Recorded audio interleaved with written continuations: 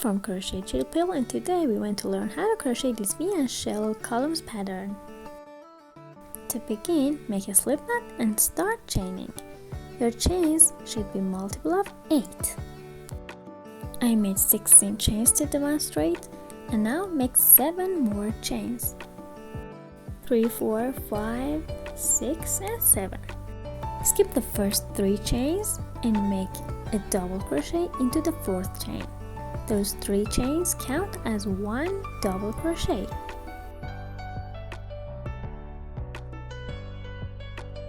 And then make 1 double crochet all across the chain. You can make your stitches into the upper loop or the back loop, but if you make it in your back loop, your work will be neater and more beautiful. So I made my first row. Now turn your work and make 1 double crochet into the first stitch. My first double crochet is a single crochet plus 2 chains, or if it's too high, make 1 single crochet plus 1 chain. Skip the next stitch and make 1 double crochet, chain 1, 1 double crochet into the next stitch.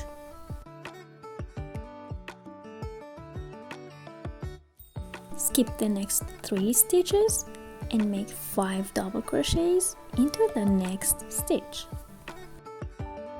So here's 1, 2, 3, 4, 5. Skip the next 3 stitches and make 1 double crochet, chain 1, 1 double crochet into the next stitch.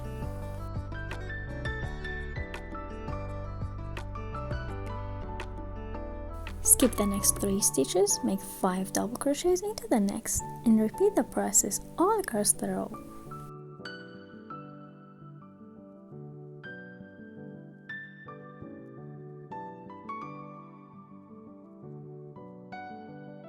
At the end of the row, you should have 2 stitches left. Skip the first one and make a double crochet into the last, which is the 3rd chain of those 3 chains that we skipped at the beginning of row 1. Or you can make it into the space like I did. This is how it looks like at the end of row 2. For row 3, turn your work, make a double crochet into the first stitch, which is a single crochet in 2 chains, or a single crochet in 1 chain if it's too high. And make 1 double crochet all across the row, including the chain spaces in every stitch. Your stitches in round 3 should be the same amount of stitches as row 1. This is how it looks like at the end of row 3, and now you should repeat row 2 and 3 as much as you want.